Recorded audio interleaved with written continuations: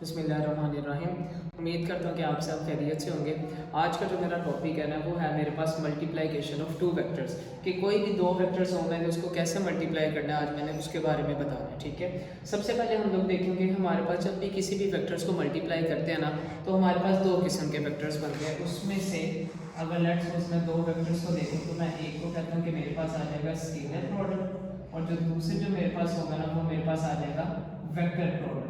तो दो किस्म के हम लोगों ने ना वेक्टर्स के लिए पढ़ने के, जब दो चीज़ों का आप आपस में मल्टीप्लाई करते हैं तो कैसे करते हैं मल्टीप्लाई, वो बता रहे हैं। अब सबसे पहले हम लोग देखते हैं स्केलर प्रोडक्ट कि स्केलर प्रोडक्ट हमारे पास क्या होता है। मैंने सिंपल ये बताने कि कोई भी दो वेक्टर्स को जब मैं आपस में मल्टीप्लाई करूँ और जो मेरा उसके बाद रिजल्टेंट आए, यानी कि उसको मल्टीप्लाई करने से जो रिजल्ट निकलेगा वो रिजल्ट मेरे पास अगर स्केलर क्वांटिटी में आएगा तो उसको मैंने नाम किस चीज़ का देने के वो मेरे पास स्केलर प्रोडक्ट कहलाएगा। ये सिंपल सी डेफिनेशन है, और इसको मैं सिंपल ये कह सकता हूँ कि भाई दो वेक्टर्स को जब मैं आपस में मल्टीप्लाई करूँगा, यानी उनको प्रोडक्ट लूँगा, उनको आपस में मल्टीप्लाई करता हूँ तो क्या होगा कि उसका जो रिजल्ट आएगा वो मेरे पास एक स्केलर क्वांटिटी की फॉर्म में आएगा। तो इस वजह से मैंने उसको नाम देने के वो मेरे पास जो है वो स्केलर प्रोडक्ट कहलाएगा। दूसरी बात, अगर मैं इसकी डायग्राम देखूं तो डायग्राम में मैं क्या कहता हूँ कि लेट्स सपोज ये मेरे पास एक ए वेक्टर है और ये मेरे पास एक बी वेक्टर है। अगर इसको by using head to tail rule अगर मैं इसको कनेक्ट कर दूं और उसके बाद मैं यहाँ पे खुद से रिजल्टेंट वेक्टर ड्रा कर दूं तो ये मेरे पास आ गया रिजल्टेंट वेक्टर। अब इसका क्या मतलब है कि ये जो रिजल्टेंट वेक्टर होगा ये इन दोनों के सम के कंबाइंड इफेक्ट के इक्वल होगा। तो ये मेरे पास सिंपल एक स्केलर प्रोडक्ट की जो है ना एग्जांपल है। अब उसके बाद आगे मैं देखता हूँ स्केलर प्रोडक्ट का जो मेरे पास सेकंड नेम है ना वो मेरे पास सेकंड नेम होता है इसका डॉट प्रोडक्ट। स्केलर वेक्टर को स्केलर प्रोडक्ट को हम लोग उसका दूसरा नेम देते हैं डॉट प्रोडक्ट, उसका सिंबल सिर्फ सिंपल डॉट है। अब अगली बात है कि भाई इसके दरम्यान में डॉट क्यों आता है और इसको डॉट प्रोडक्ट क्यों कहते हैं। इसको डॉट प्रोडक्ट सिर्फ इसी वजह से कहते हैं कि जब भी मैं किसी दो स्केलर्स को या दो वेक्टर्स को आपस में मल्टीप्लाई करूंगा तो उसके दरम्यान में मेरे पास मैं डॉट से उसे रिप्रेजेंट करूंगा। और इसका सिंपल सा फॉर्मूला क्या बनेगा, ये मेरे पास कोई से दो वेक्टर्स हैं ए और बी। अब इस ए और बी वेक्टर्स को जब मैं आपस में मल्टीप्लाई करता हूं तो मैं क्या देखता हूं कि इनके दरम्यान में डॉट था। अब जैसे ही मैंने यहाँ से डॉट को रिमूव किया तो डॉट को रिमूव करने से मैं देखता हूं कि उसकी जगह पे मेरे पास क्या चीज आ जाएगी, cos ऑफ थीटा आएगा। यहाँ पे सिंपल याद रखना है कि स्केलर प्रोडक्ट के अंदर जब मैं डॉट को रिमूव करूंगा तो डॉट को रिमूव करने से मेरे पास इसके ऊपर क्या इफेक्ट पड़ेगा कि इसके साथ क्या आ जाएगा, cos ऑफ थीटा आ जाएगा ट्रिग्नोमेट्री का। इसको मैंने इक्वेशन नंबर 1 का नेम दे दिया। अब उसके बाद आगे है मेरे पास इसकी एग्जांपल्स। अगर मैं इसकी एग्जांपल्स की बात करूं तो इसकी चार एग्जांपल्स हैं। अब पहली एग्जांपल क्या, पावर की। पावर का फार्मूला सिंपल क्या लिखा हुआ है, P = F डॉट V। इसके दरमियान में भी डॉट आ गया तो इस वजह से मैंने इसको नेम दे दिया कि ये मेरे पास क्या स्केलर प्रोडक्ट है। उसके बाद आगे मेरे पास आता है काइनेटिक एनर्जी। अब काइनेटिक एनर्जी का अगर मैं फार्मूला देखूं तो मेरे पास सिंपल क्या बनता है भाई 1/2 mv²। इस v² को अगर मैं ब्रेकडाउन की फॉर्म में लिखूं तो मैं सिंपल क्या लिखूंगा कि v डॉट v। अब इसके अंदर भी डॉट प्रोडक्ट आ गया तो इसको भी मैंने नाम सिंपल ये दे देना है कि मेरे पास स्केलर प्रोडक्ट की एग्जांपल है। इसी तरह से मैं देखता हूँ फ्लक्स को, ये मेरे पास है इलेक्ट्रिक फ्लक्स, और जो मेरे पास E होगा E फॉर इलेक्ट्रिक फील्ड। अब इलेक्ट्रिक फील्ड है, इलेक्ट्रिक फील्ड और एरिया के दरमियान में जब डॉट यूज हुआ इस वजह से मैं इसे कह दूंगा कि ये मेरे पास एग्जांपल ऑफ स्केलर प्रोडक्ट होगी। उसके बाद मैं बात करूंगा इस फ्लक्स की, ये भी मेरे पास फ्लक्स है, बस फर्क क्या है कि यहाँ पे जो मेरे पास B आया है इस B का मतलब है कि ये मेरे पास क्या है, मैग्नेटिक फील्ड है। अब मैग्नेटिक फील्ड की अगर मैं बात करता हूँ तो उसके दरमियान और एरिया के दरमियान में डॉट प्रोडक्ट है, इस वजह से मैं इसको नेम दे देता हूँ कि ये मेरे पास स्केलर प्रोडक्ट कहलाएगा। अब उसके बाद आगे मेरे पास आ जाता है सिंपल के, सबसे पहले डेफिनेशन देखी, डेफिनेशन के बाद हम लोगों ने इसकी एग्जांपल्स देखी। अब एग्जांपल के बाद इसकी आ जाएगी कैरेक्टरिस्टिक, इसकी प्रॉपर्टीज आ जाएंगी। ये पूरा एक लॉन्ग क्वेश्चन होता है, इंपॉर्टेंट है लॉन्ग क्वेश्चन। अब उसके बाद जो पहले इसकी कैरेक्टरिस्टिक है ना वो हमारे पास आती है कम्यूटेटिव लॉ, कि जो हमारे पास स्केलर प्रोडक्ट है ना ये कम्यूटेटिव लॉ कम्यूटेटिव प्रॉपर्टी को जो है ना होल्ड करता है या नहीं करता, इस बारे में बताते हैं। तो पहली चीज तो हम लोगों ने याद रखी है कि कम्यूटेटिव लॉ को जो है ना होल्ड करेगा। अब कम्यूटेटिव लॉ को कम्यूटेटिव प्रॉपर्टी को कैसे होल्ड करेगा ये देखते हैं। देखिए तो सिंपल ये है कि हमने देखा है कि दो चीज़ों को जब आपस में मल्टीप्लाई किया जाए तो उसकी जो लेफ्ट हैंड साइड अगर वो राइट हैंड साइड के इक्वल आ रही है तो मैंने उसको नाम सिंपल दे देना कि भाई कम्यूटेटिव लॉ को जो है ना होल्ड कर रही है। अब इसकी मैं सिंपल से एक एग्जांपल अगर इस साइड में लिखूं तो मैं कहता हूँ लेट्स सपोज 2.3 = 3.2। अब इनकी इक्वेशंस, इनके जो स्केल जिनको आपस में हम मल्टीप्लाई करेंगे वेक्टर्स जो है वो आगे पीछे हैं, लेकिन रिजल्ट दोनों का क्या आएगा, सेम आएगा। तो इस वजह से मैं नाम देता हूँ कि ये कम्यूटेटिव लॉ को होल्ड करेगा। उसके बाद नेक्स्ट मेरे पास आती है एसोसिएटिव लॉ। एसोसिएटिव लॉ में क्या होता है कि कोई सी दो वैल्यूज को जब आप किसी भी स्केलर या वेक्टर्स के साथ मल्टीप्लाई करेंगे, आप चाहे उसका सीक्वेंस जो है वो अरेंज करके दोबारा से रीअरेंज कर दें, तो इसका मतलब है कि उसका आंसर फिर भी वही सेम ही रहेगा जैसे कम्यूटेटिव लॉ में था। अब मैं इसको सिंपल लिख सकता हूँ। लेट्स सपोज मेरे पास m और n है, a भी मेरे पास स्केलर, m n मेरे पास स्केलर्स आएंगे, m n स्केलर आ गए और a भी मेरे पास क्या आ गए, वेक्टर्स।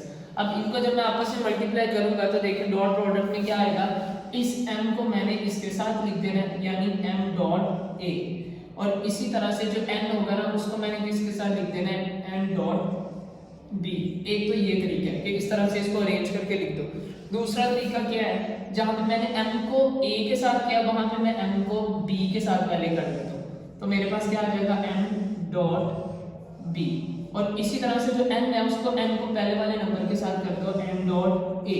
यानी कि इसके कहने का मकसद है चाहे इसका रिजल्ट आए चाहे इसका रिजल्ट आए, इन दोनों का जो रिजल्ट है ना वो सेम आएगा। तो इस वजह से मैं नाम देता हूँ कि इसकी जो सेकंड प्रॉपर्टी है ना एसोसिएटिव लॉ को ये स्केलर प्रोडक्ट होल्ड करती है, इसके ऊपर एप्लीकेबल है।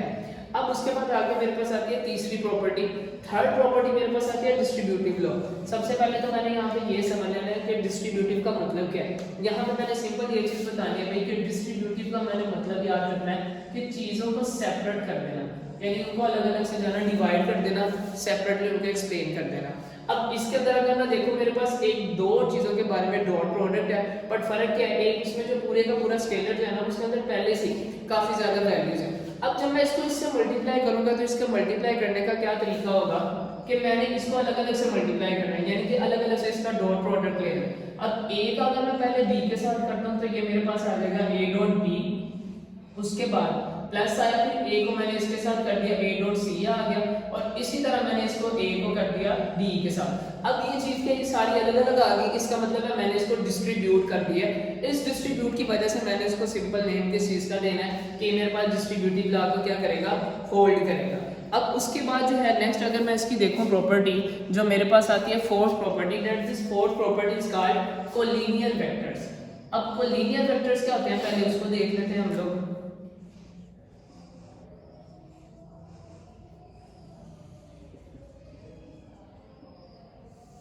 कोलिनियर वेक्टर्स के अंदर ये होता है कि हम लोगों ने बताना है कि कब आपके पास एंगल जो है वो अगर मैक्सिमम होगा और कब आपके पास एंगल मिनिमम होगा। इसका मतलब है कि इसके अंदर केसेस आ जाएंगे, और अगर केसेस की मैं बात करूं, एक आपके पास आ जाएगा केस 1 और एक आपके पास आ जाएगा केस 2, दो किस्म के केस आएंगे।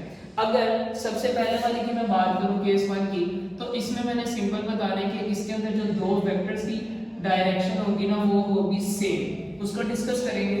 और इसके अंदर जो डायरेक्शन आएगी ना वो हमारे पास होगी ऑपोजिट, उसको हम लोगों ने देखना। अब सबसे पहले हम लोग चलते हैं केस 1 की तरफ। केस 1 की अगर मैं बात करूं यहाँ पे तो मैं कहता हूँ डायरेक्शन सेम हो। लेट्स सपोज ये वेक्टर a है और इसी तरह से ये वेक्टर b है।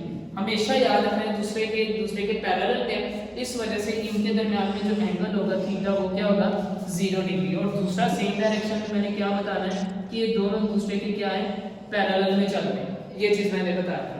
अब डायरेक्शन ऑपोजिट में क्या होगा भाई कि मेरे पास एक डायरेक्शन a वेक्टर ये है, अब यही इसी तरह का वेक्टर मेरे पास क्या है b, बट फर्क क्या है उसकी डायरेक्शन क्या है रिवर्स में। अब यहाँ पे क्या होगा, यहाँ पे थीटा क्या बन जाएगा मेरे पास 180 डिग्री का बनेगा। 180 डिग्री कब होता है जब ये पैरेलल तो है लेकिन डायरेक्शन ऑपोजिट है। अब इस डायरेक्शन ऑपोजिट होने की वजह से मैंने इसको नाम किस चीज का देना है कि ये यहाँ पे मेरे पास क्या कहलाएगा एंटी पैरेलल कहलाएगा, इसको मैंने एंटी पैरेलल का नेम देना है। अब जब मैं इसे आगे फर्दर सोल्व करूंगा तो सोल्व करने में मैं क्या सिंपल कहूंगा, पहले अगर केस 1 को सोल्व करें तो हमारे पास क्या आता है simple a dot b is equal to a b cos of theta, जिसका फॉर्मूला था। अब इसके मुताबिक अगर थीटा 0 है तो अगर मैं थीटा की जगह 0 पुट करता हूं तो मैं देखता हूं मेरे पास आंसर क्या आएगा a b cos 0, और हमें पता है कि जो cos 0 डिग्री होता है दैट इज इक्वल टू 1। अब इसमें क्या देखता हूं a dot b is equal to a b cos 0 की जगह 1, और इसका आंसर क्या आ गया a b। इसका मतलब है कि मेरे पास दो चीजों का जब मैं डॉट प्रोडक्ट लूंगा उनके दरमियान में अगर 0 डिग्री का एंगल हो या उनकी डायरेक्शन क्या हो सेम हो तो इसका मतलब है उसका कोई ना कोई स्पेसिफिक आंसर आएगा, मैक्सिमम आंसर देगा केस 1। इसी तरह अगर मैं केस 2 की बात करता हूँ तो केस 2 में मैं क्या कहूँगा कि मेरे पास a dot b is equal to A B cos theta की जगह पे मैंने यहाँ पे क्या पुट कर देना 180 डिग्री। 180 डिग्री जब मैं इसमें पुट करूंगा तो मैं देखता हूँ कि मेरे पास आंसर क्या आएगा, a b cos 180 जो है वो आपके पास इक्वल किसके होता है, -1 के इक्वल होता है। तो -1 अगर मैं यहाँ पे पुट करता हूँ तो देखता हूँ मेरे पास आंसर क्या आता है, -ab। अब देखें यहाँ पे जो चीज है माइनस किस चीज को इंडिकेट कर रहा है, यहाँ पे सिंपल लिखना है negative sign indicate that direction is opposite. कि नेगेटिव साइन आपको ये बताता है कि जो दो चीजों की डायरेक्शन है वो आपस में दूसरे के एंटी पैरेलल है, इट मींस वो ऑपोजिट है। तो ये इसकी थी फोर्थ प्रॉपर्टी। अब इसकी जो सबसे लास्ट प्रॉपर्टी आती है ना, लास्ट प्रॉपर्टी हमारे पास आती है जिसका नाम देते हैं हम लोग परपेंडिकुलर का भी नेम देते हैं, और परपेंडिकुलर के अलावा हम इसको दूसरा नेम किस चीज का देते हैं, ऑर्थोगोनल। ऑर्थोगोनल वेक्टर जिसे हम लोग कहते हैं।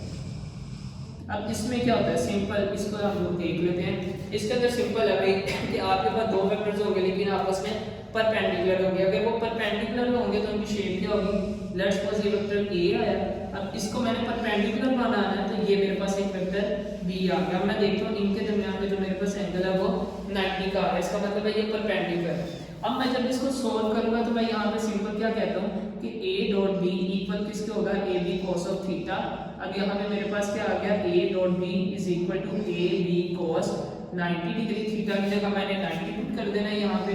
और एज वी नो दैट कि cos 90 जो है वो हमारे पास इक्वल किसके होगा, 0 डिग्री के इक्वल होगा, 0 के इक्वल होगा। तो यहाँ तो मैं सिंपल इसका आंसर क्या लिखूंगा कि a dot b is equal to A B cos 90 की जगह पे 0, so overall value will be 0। तो यहाँ पे चीज मुझे क्या पता चल रही है कि भाई जब दो वेक्टर्स आपस में परपेंडिकुलर होंगे और जब उनका आप लोग डॉट प्रोडक्ट लेंगे तो डॉट प्रोडक्ट लेने की वजह से उसका आंसर क्या आ जाएगा, 0 आ जाएगा। तो ये मेरे पास सिंपल 5 इसकी प्रॉपर्टी थी कि सबसे पहले कम्यूटेटिव ला था, फिर उसके बाद एसोसिएटिव था, फिर उसके बाद डिस्ट्रीब्यूटिव था, डिस्ट्रीब्यूटिव के बाद इसकी जो फोर्थ प्रॉपर्टी है वो है कोलिनियर, और कोलिनियर के बाद इसकी 5 प्रॉपर्टी है वो कौन सी है, परपेंडिकुलर वेक्टर। तो होप सो कि आपको ये चीज समझ आई होगी। तो ये मेरा एक सिंपल सा टॉपिक था, मल्टीप्लिकेशन ऑफ टू वेक्टर्स।